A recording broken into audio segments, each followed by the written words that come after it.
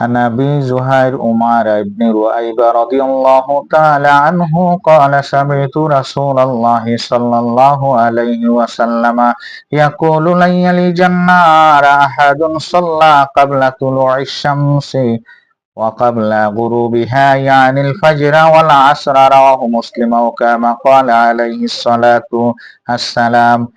হযরত আবু জুহাইর উমর ইবনে ওয়াইবা রাদিয়াল্লাহু তাআলা আনহু হতে বর্ণিত, তিনি বলেন, আমি রাসূলুল্লাহ সাল্লাল্লাহু আলাইহি ওয়াসাল্লামকে বলতে শুনেছি, যে ব্যক্তি সূর্যোদয়ের পূর্বে সূর্যাস্তের পূর্বে নামাজ পড়ে সে কখনো জাহান্নামে প্রবেশ করবে না।